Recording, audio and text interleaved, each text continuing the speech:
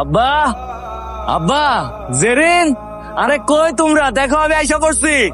আব্বা, আরে জেরিন কই?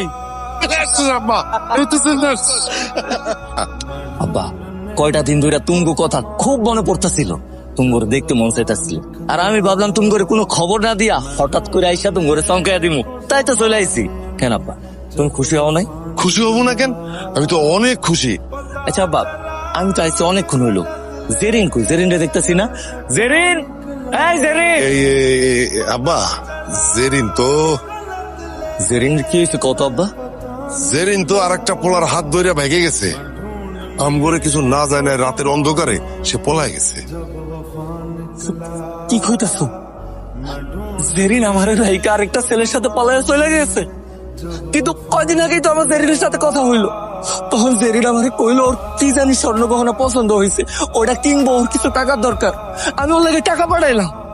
বিদেশের মাটিতে আমার যত কষ্ট হয়েছে, আমার পালায় আরেক পোলার লোকে চলে গেল কেন? লাই দিয়ে তো মাথায় তুলছিলি, তা যাইবো না কেন? ওগো ভাগ্য ভালো যে তোর বউ অল্প কিছু জিনিস চুরি করে নিয়ে ভাগছে। আর ধর যদি বাড়ি ঘরে সব জিনিস নিয়ে চলে যাইতো, তাহলে তো আমরা রাস্তার ফকির হয়ে যাইতাম। হেই বাবা,